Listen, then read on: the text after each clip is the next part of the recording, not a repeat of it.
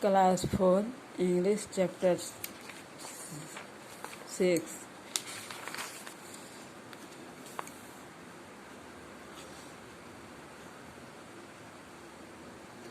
But when they cut the harvest, they found that the small cobs contained pearl instead of seed. लेकिन जब उसने फसल को काटा तो वे उसमें छोटे कॉब्स पाए जिसमें मोती जैसा बीज था. You were hasty and impudent to curse my brother. आप जल्दबाजी और बेशर्मी कार्य कर रहे हैं मेरे भाई के प्रति. Look at the rich crops he has given us. तब देखो कितना अच्छा फसल हुआ है जो हम लोगों को उसने दिया. A crops of pearls. यह मोतियों का फसल है. The farmer's wife exclaimed with delight.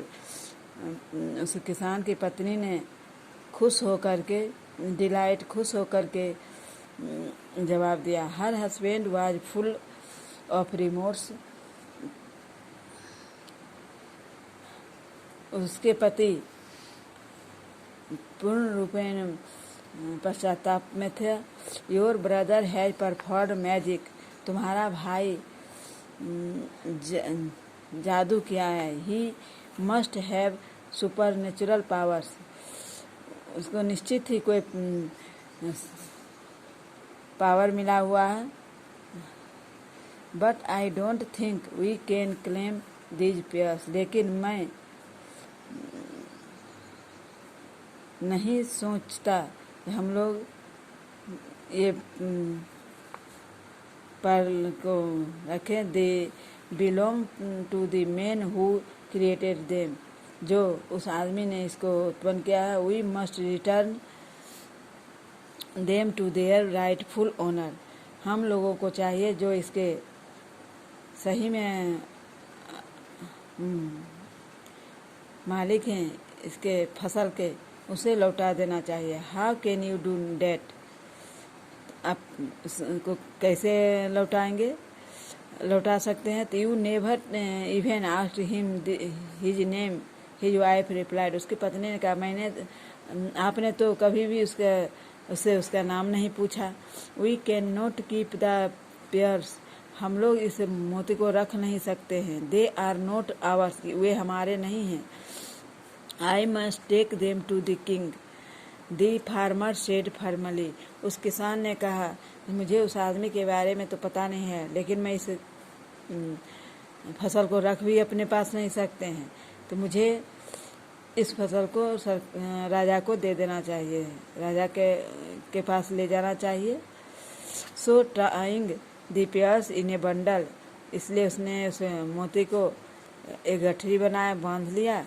They left for the king's palace. और वह राजा के महल की ओर चला. On arrival they went straight to the royal court. वे सीधे राज दरबार में पहुंचा. Here the king sat on the throne with his ministers and noblemen on either side. वहाँ राजा अपने राजगद्दी पे बैठे हुए थे अपने मंत्रियों के साथ, और एक साइड में जो महान लोग थे, श्रेष्ठ लोग थे, वे सभी बैठे हुए थे. The farmer and his wife approached the throne with the bundle of pearls and bowed respectfully. किसान और उसकी पत्नी राजा के राजगद्दी के पास वह मोती का बंडल लेकर के पहुंचा और आदर पूर्वक सिर झुका के नमस्कार किया. Then raising their heads they said together, Your Majesty. तब दोनों ने अपना सिर उठाया और दोनों एक साथ कहा हमारे महाराज, हम लोग यहाँ आए हुए. आगे कुछ सुनाया. They did not complete the sentence. वे अपना वाक्य पूरा भी नहीं किया था कि they stood speechless.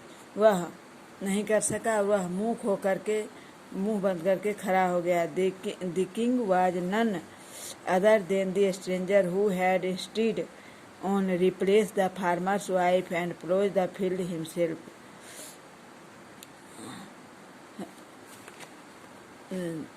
राजा कोई दूसरा नहीं था, अजनबी, the stranger who had instead replacing farmers, और वो जो अजनबी था वह और कोई नहीं था, वह किसान की पत्नी और किसान था जो खेत में हल चला रहा था, उसे हल चलवा रहा था। The farmer stammered the king, I made the king toil like an ordinary aux.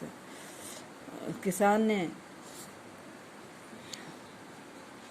हकला करके कहा, हकलाने लगा, राजा, मैंने किंग टॉल, राजा से जैसे आदमी, अच्छे आदमी से बैल की तरह उसे जुतवाया।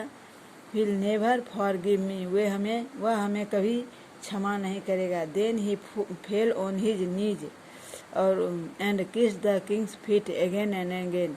Your majesty please forgive me, he beseeches. तब वो उसने राजा के पैर पर गिर गया और राजा के पैर को बार बार चूमने लगा और कहा, महाराज कृपया मुझे माफ़ करें। I made a grave mistake, मुझसे बहुत बड़ी गलती हुई। प्लीज़ फॉरगिव मी, कृपया मुझे माफ़ कर दें। आज इतना ही, फिर अगले क्लास में इंग्लिश वर्ड याद कर लेना है।